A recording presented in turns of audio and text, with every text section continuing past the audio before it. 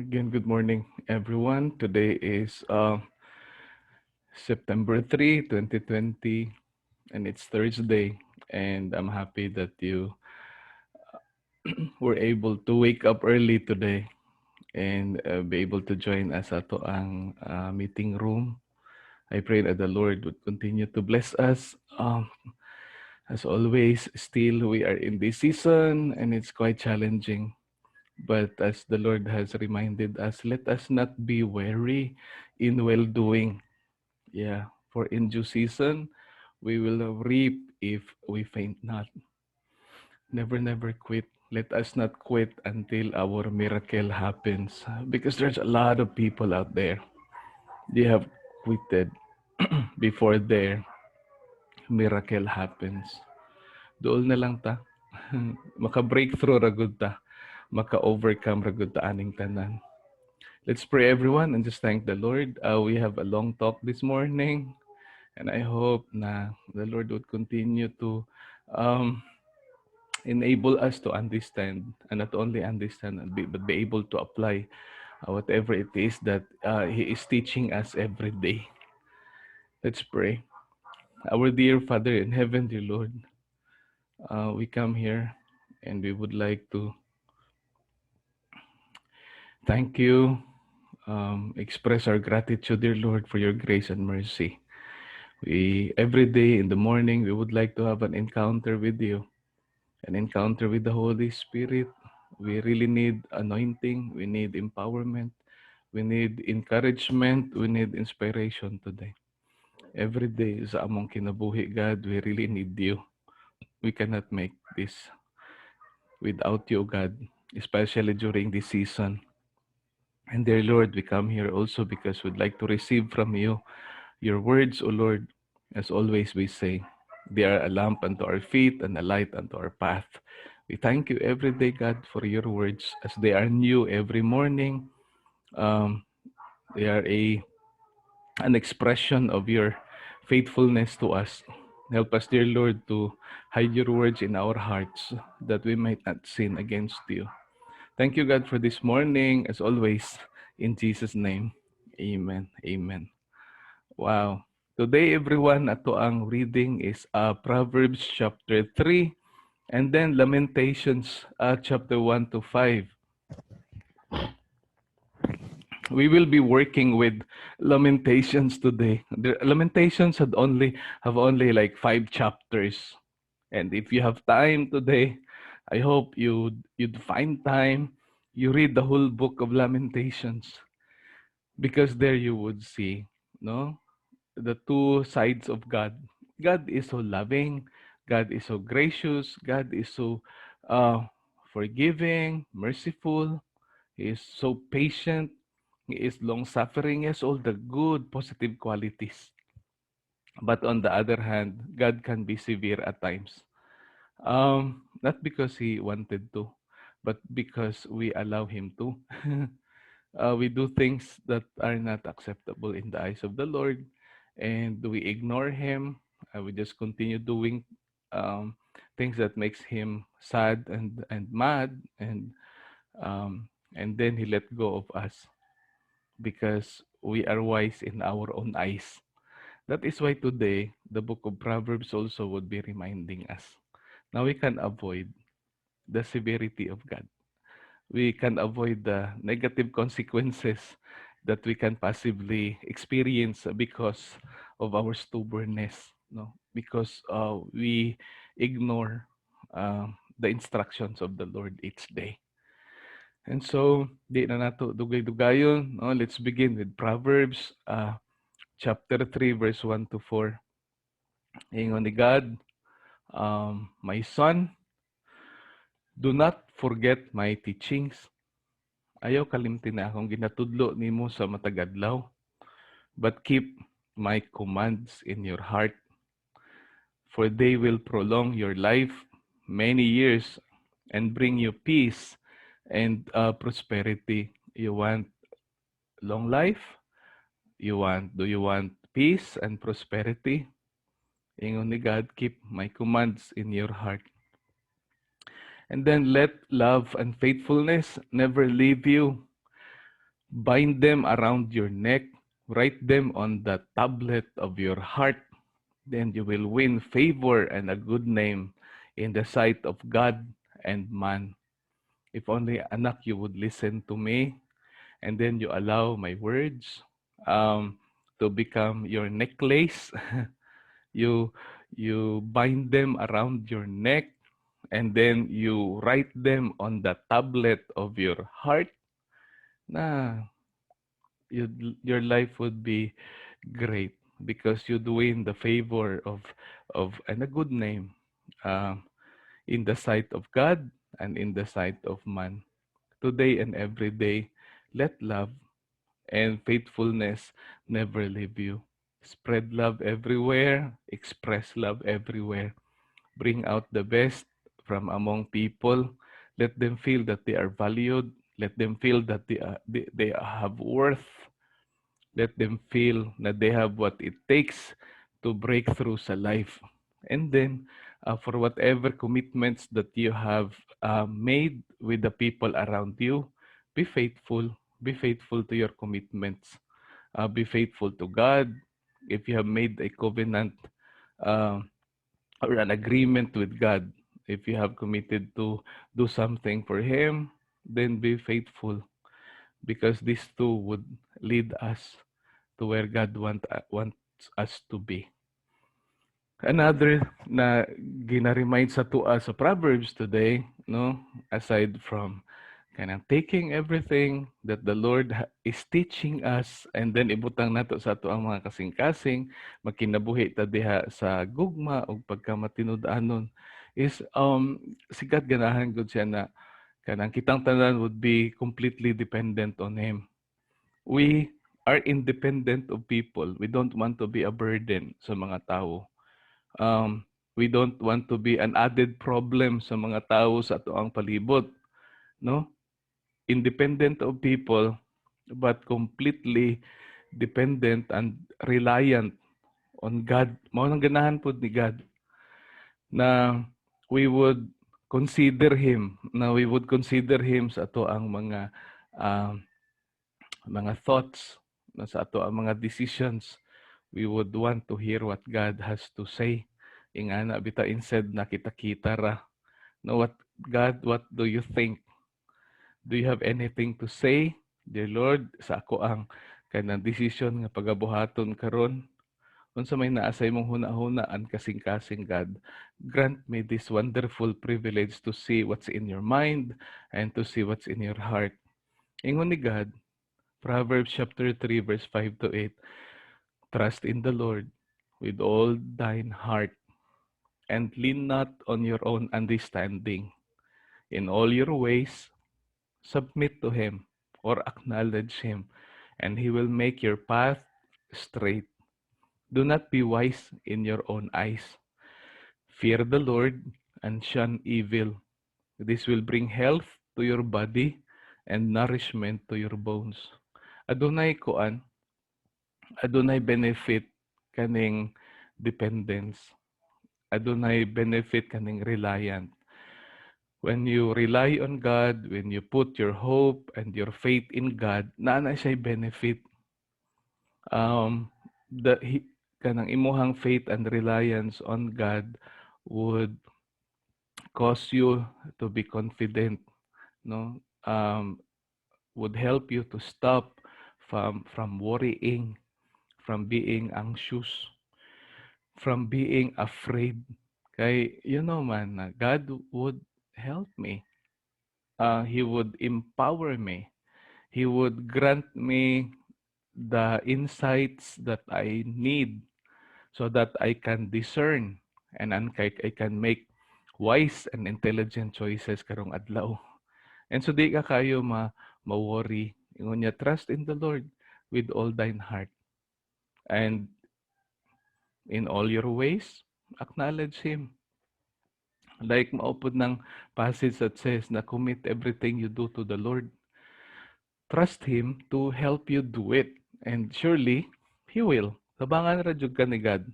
He will make your path straight. Do not be wise in your own eyes. We have experienced this already, being wise in our own eyes. But then, our capacity as individual, no matter how intelligent we are, no matter how high kuan ato ang processor, ang mental processor, but we are still human, limited in so many ways. Atong capacity to um, consider options are limited, no? Atong capacity to process complex na mga issues limited. Pero si God, lahi siya. He's the creator of the universe. For us to even understand God, we have to understand everything that there is to know in the universe. Yeah, our mind cannot even contain everything that there is to know in the universe. Dili kaya sa ato ang utok. But si God, He holds the universe in His hand. And karon mas bright ka pa kay God, and He is offering help to you. My son, you listen to me. I have foresight. Yeah, I know everything. Past, present, future. I see. And if you only would trust me, then I would lead you. Then your life will be better. But then if you become wise in your own eyes, kay mas bright ka pa nako. Nako ipadala nimo di pug ka maminaw. Hala, paturagas ra kasi mong gibati. Life will be difficult for you. Do not be wise in your own eyes. Fear the Lord and shun evil. Kung wala si God, you would not know the difference between good and evil. Yeah, maglisod kag discern. Kaning akong gibuhat sakto ba ni? Dili ba ni sakto? How would you know? Wa man kay standard. Pero pag naa si God sa imong life, then you would know, no, what I am doing right now is not right in the eyes of God. I have to do something about this. No, I have to be careful. I have to be mindful. Because when you trust the Lord, ingon ni God, this will bring health to your body and nourishment to your bones. Daghan kay mga tao, matinga ka nilang, dagko may ilang problema, but you could not see them worrying. You could not see them being paralyzed by fear. Why? Because they have a God who is bigger than their problems. Why would I? Why would I uh, kanang try to control things that I could not control? Why would I not change things that I could not change? But there are things that I can change, and I know the Lord would grant me the courage to be able to change the things that I know I can change. And He will give me the wisdom. And so, dili lang na we would open our ears and our hearts to God today, no? But God wants us to be completely dependent and reliant on Him. And as we rely on Him today and this season more than ever, no karon nga season more than ever, we need to be benevolent. We need to be generous. Ingon ni God today, Proverbs chapter 3 verse 9 to 10. Honor the Lord with your wealth, with the first fruits of all your crops. Then your barns will be filled to overflowing, and your vats will brim over with new wine. You know, this is a promise. Um, allocate a certain portion of your income to bless the people around you. Karon nga panahon, there are a lot of people that are in need. No? Dili lang ka nang ihatag ni mong simbahan. Nindot man na siya, but not everyone in the church knows how to manage the resources of the Lord well. But then you can go direct karong panahon. Yeah, take care of the widows, the orphans, the poor, the needy. No, a little that you can give to them in the name of the Lord. You help people to honor God, not to gratify yourself, but in the name of the Lord. Out of love, out of faithfulness to the people around you, you give. You give. And matingala ra jud ka. Ingon ni God, iyang promise when you do that, your barns will be filled to overflowing. But of course, you have to have a barn. Asa mo na ibutang ni God pag wala kay barn. Your vats will brim over with new wine. Asa mo na ibutang ni God ang imuhang ang ihatag niyang new wine when you don't have a vat. Proverbs chapter 3 verse 27 to 30. Do not withhold good from those to whom it is due when it is in your power to act. Kung halimbawa, ikaw employer, no? Na kay mga empleyado, and life is difficult karong panahon, especially sugod klase, kulang ilang resources. And then, maghangyo sila nimo. Iugma-ugma bitaw nimo. Una, ugma na lang. Ugma na lang. But then you have it now with you. Yung uniga, don't do that. If you can give that today, give it today. Yeah. Do not withhold good from those to whom it is due, especially when they deserve that, and you have the power to act on it. Do it now. Do not say to your neighbor, "Come back tomorrow, and I'll give it to you," when you already have it with you. Kaya na may mga tawing even if they have it already with them, ilang ugma-ugma gyapon, ugma na lang, ha? Ugma na lang.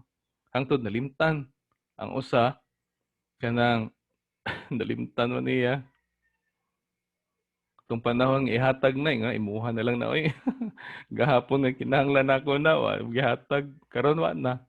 Labi nag may sakit na pagbantay gid ana kanang naisakit sa pamilya o kinahanglan kay nila katong imong hinabang. And then imuhang gikip namatay na umuman na imong kwarta wala na akong mama ana di disgrasya naguba na imong relasyon. Instead pero kung naa kay opportunity na mutabang tabang now. And then pag naluwas na iyang nanay, naluwas na iyang tatay, naluwas iyang anak, naluwas iyang igsuon, kanang kuan, dako na utang kabubuton, and you'll have a friend forever. Tan-aw na niya nga usa ka butang nga di malimtan. Kanang modesty aside bitaw no, kanang gahapon na ako'y dili man ko doktor. But this person feels na I have a lot of connections. And so naghangyo siya kay dialysis sa Chongwa, halos every other day ang dialysis. Oh no, I mentioned the name of the hospital, but it's okay. Kanang mahal man kaayo, and they're looking for another hospital. Ang problema karon ang mga dialysis center is limited ang mga slots kay daghan kaayo, halos fully booked. And especially so na naay pandemic. Na kung anong ako man ingon niya, kanang pastor na kay kaila sa kuan kani nga hospital say UC Med ana. Naku mo ko'y kaila diha, but I know some doctors ana. Anay kuan lang. I tried. And then ang doktor nga ako ang gisultihan nitawag sa UC Med, ang UC Med nagtawag sa Chongwa, and then nahibaw-an nilang case sa pasyente, and then nagsulti sila dad-ara diri, dad-ara kay i-admit nato, and then he can or she can receive the services needed. And maura to, maura to akong gihimo. Nagtawag ra, and then lipay kayo siya because they have been waiting for like since last week pa for a slot, no? Nga ma-dialysis ang ilang pinangga. A simple gesture, wa gyud ko'y gasto bisag piso. Yeah, unlimited man akong call. And so, uh, kana ra good, no? And all other things na not good to mention. But then it's something na I know glorifies God. No? So, pag imong relationship with the people around you, ingon ni God, when you do that, the Lord will make sure that He will give it back to you. We could never outgive God. Karon nga season, more than ever, God wants us to be generous. Dili lang nga maminaw ta niya, dili lang na we allow love and faithfulness to govern our lives, but then also to be kanang reliant on Him, no, to really trust Him, and to show generosity and goodwill. Another thing na very important today, no, sa Proverbs chapter 3 is to walk in wisdom. making wisdom as a very, very, very intimate na friend. Himuon si wisdom na very intimate friend. Proverbs chapter 3, verse 13 to 18. Blessed are those who find wisdom, those who gain understanding. Why? For she is more profitable than silver and yields better returns than gold. She is more precious than rubies. Nothing you desire can compare with her. Long life is in her right hand, and in her left are riches and honor. Her ways are pleasant ways, and all her paths are peace. She is a tree of life to those who take hold of her. Those who hold her fast will be blessed. And wisdom wants to be our intimate friend. And as an intimate friend, all that she has in her heart is our good. Wisdom has a lot of goodwill. If only we would invite wisdom sa ato ang kinabuhi. Can you imagine this? She is more profitable than silver, and she yields better returns than gold. She is more precious than rubies. Nothing you desire can compare with her. Ingani, mo ni si wisdom. Better than all the ladies and the girls sa life ni Bonnie o ni Paul Maggie. Kanang, mo ni siya si wisdom. Better than everything. Long life is in her right hand, and in her left hand are riches and honor. Ganahan mo riches, ganahan mo honor, ganahan ka og long life. Make wisdom an intimate friend, because her ways are pleasant ways, and all her paths are peace. And she is a tree of life to those who take hold of her, and those who hold her fast will be blessed. No? Induta ani huna-hunaon oy.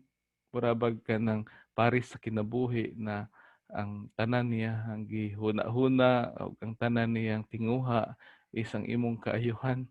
O di ba wow na siya? And the moment niya you find that kind of partner sa life, ayaw nagbuhi because that partner would become a wind beneath your wings. Ang problema, kani siya nga mga virtues, kani siya nga mga kinaiya, nawagtang ni siya sa mga Israelites. Kanang love and faithfulness, kanang reliance on God, kaning generosity and benevolence, kaning living in wisdom, kanang accepting the word of the Lord and making His word as a lamp unto their feet and a light unto their path. They have thrown that away sa window. So now what happened? Mao ni siya Lamentations. And having said all of this, let's go to this passage. No, sa Lamentations kay I just would like to read this and madungog ba nato tanan. Kay instead of God being their friend and ally, He became their enemy. And it's difficult to make God our enemy because our arms are always too short to box with God. Pildi jud ka pirmi. And instead sa wisdom, ilahang kanang intimate na friend, nahimo nilang kaaway. And kamo reaching ilang kinabuhi. Instead of them being the head, they became the tail. Instead of them being the master, they became the slaves. Instead of them kanang being the lender, they became the borrower. Instead of them being the blessing, they become a burden. Nabaliktad ba? Instead of them being the solution, they became a problem. Lisod kayo ilang kinabuhi, and listen to this. Man si Jeremiah, like what I have said yesterday, he was considered to be the weeping prophet. Sige lang siya gihilak. Sige siya gihilak, sige gihilak. Ana, because he could not imagine na katong difficulty nga na-experience, nga katong difficulty nga ilang gi-experience, ma-experience nila. Ingana, after all the golden years sa nasod sa panahon ni David and Solomon. Lamentations chapter 1 verse 1 and 2. Nganong hilak si Jeremiah, how deserted lies the city, once so full of people. How like a widow is she, who once was great among the nations. She who was queen among the provinces has now become a slave. Bitterly she weeps at night. Tears are on her cheeks. Among all her lovers, there is no one to comfort her. All her friends have betrayed her. They have become her enemies. Mura siya dalaga before nga daghang kay suitors, and life was like always on a daily high. But then after a while, when life became difficult, tanang friends gone, and she's alone. Likewise, for many of us, we have experienced that. Itong hayahayang kinabuhian, we have so much daghan kay friends. But then when life became difficult, oh no, we find ourselves alone. Lamentation chapter 1 verse 11, all her people groan as they search for bread. They barter their treasures for food to keep themselves alive. Look, Lord, and consider, for I am despised. Lamentations chapter 4 verse 1 and 2, how the gold has lost its luster. The fine gold become dull. The sacred gems are scattered at every street corner. How precious children of Zion, once worth their weight in gold, are now considered as pots of clay, the work of a potter's hand. Can you imagine this kind of life? Before, they're so precious, they're so important, they're like gold. But now, oh, they are like pots of clay. They became ordinary. Before they were ordinary people, they became extraordinary because they had an extraordinary God. But then karon nahimo silang ordinary. Ordinaryo na lang sila. Agwa na gatagad nila. The reason? Because they left God. They left God. They ran away from God. Kanang lisuda kayo, kanang gwapa ka kaistanan, anding kalit na lusyang. Ma-remember na ako si Akita. Na ako'y Siberian Husky diha sa ubos ba. Niya tong bata noon pa na siya, gwapa kay ni siya nga kuan kay black gold ba siya. Black siya, yang stripe gold. And super super gwapa kay woolly pagid siya, woolly. And but then ang tag-iya nga akong gipalitan, I don't know. Siguro kuto siya or gi-allergy. Ang gihimo niya, gi-shave. And sa mga Siberian Huskies, no, gyud na kayo nga i-shave nimo sila. Pag shave niya, kay naman ay top coat ug undercoat, ang mga Huskies, na, naguba ang ilahang kuan, ang shedding process. Nabati iyang nawong, namubo iyang self-esteem. Pati iro, mamubo ang self-esteem ba? And kuan, nidaot siya, luoy kistanan. Mo nang gidala na siya dinhi sa rehab. Hopefully nga ma-okay siya. So karon sige siya pangga, ginapakaon, ginaliguan, nabalik-balik biyayang balahibo. But then not as pretty as before. Pero ako am hopeful gyapon nga one day mabalik ra gyud ni siya sa iyang karaan nga kaanyag. Likewise, ang kuan sa Israel murag ing ana, gwapa kay sila because the Lord has taken good care of them. But then karon nabati kaayo. Kaya unsa man gipangga tapos nagpugit-pugit. Uban siya dito sa kuan kanang mga abinyag higala nga mopangga niya di ay giabuso ra siya karon luoy. Lamentations chapter 5 verse 15 to 18, joy is gone from our hearts. Our dancing has turned to mourning. The crown has fallen from our head. Woe to us, for we have sinned. Because of this, our hearts are faint. Because of this, our eyes grow dim. For Mount Zion, which lies desolate, with jackals prowling over it. This is why I weep, and my eyes overflow with tears. No one is near to comfort me, no one to restore my spirit. My children are destitute because the enemy has prevailed. And ang sad pag yun, the visions of your prophets were false and worthless. Permi lang sila sultian nga, okay ra na, okay ra na, okay ra na. But then they did not expose your sin to ward off your captivity. The prophecies they gave you were false and misleading. No, the prophets could have said, hey guys, it seemed like you are not trusting the Lord anymore. It seemed like there is not love and faithfulness in your heart anymore. It seems like you don't care for people anymore.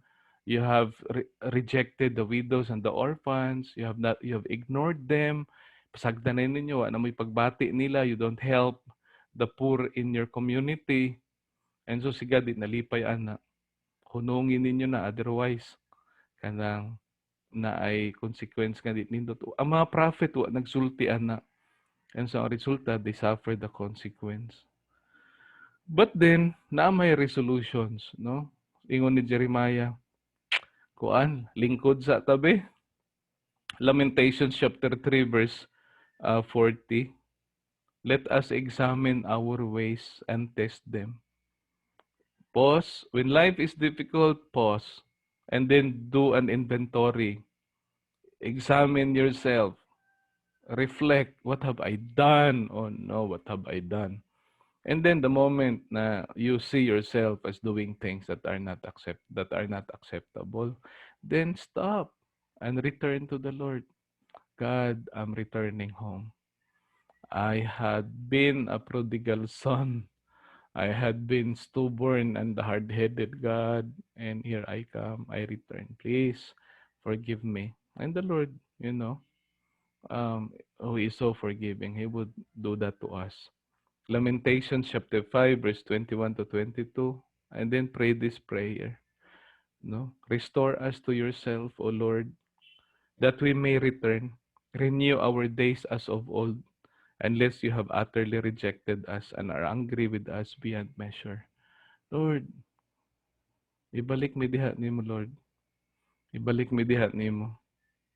Kay ingon ni Jeremiah, last verse for today, Lamentations chapter 3, verse 25 to 27. The Lord is good to those whose hope is in Him, to the one who seeks Him. It is good to wait quietly for the salvation of the Lord.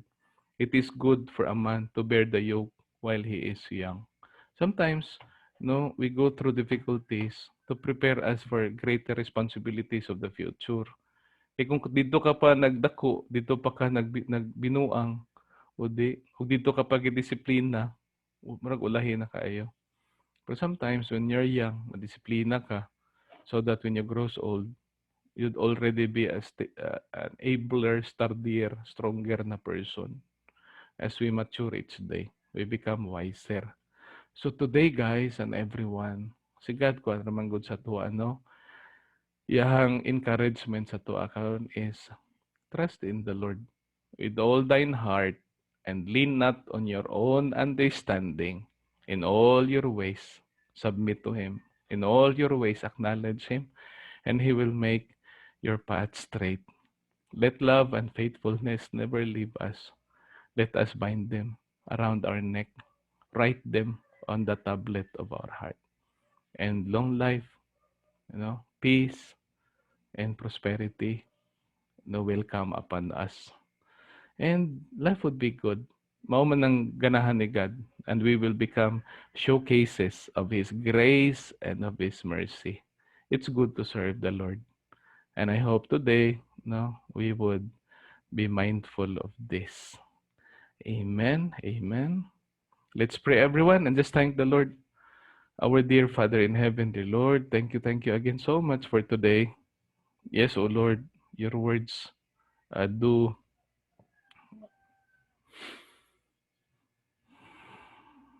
influence our minds and our hearts in a special way. And thank you that we still can have your words every day, that we can have insights every day, O Lord.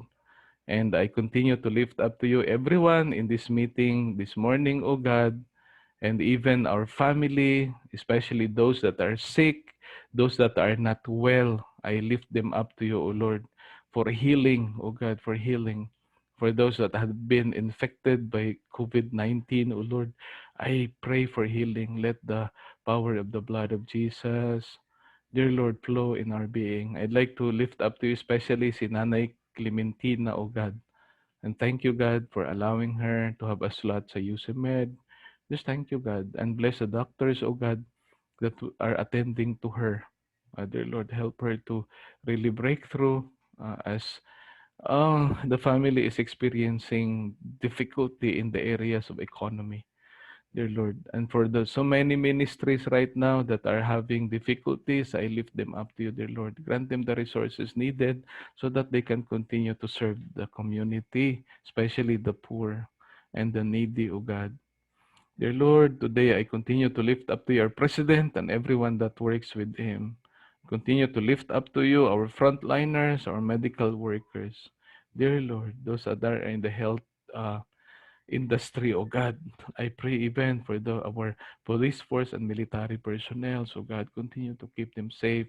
I pray especially for those that have died after that suicide bomber in Holo, and for the children that have been orphaned. And dear Lord, for each one of us today, grant us, dear Lord, this wonderful privilege to put to work every word that you have taught us and that you are teaching us. When we stumble and fall along the way, O Lord, please don't give up on us. Continue, dear Lord, to please have patience with us and help us to grow each day. And at the end of the day, O Lord, all glory to you. All glory to you, none to us, but all to you. In Jesus' name, amen. Amen.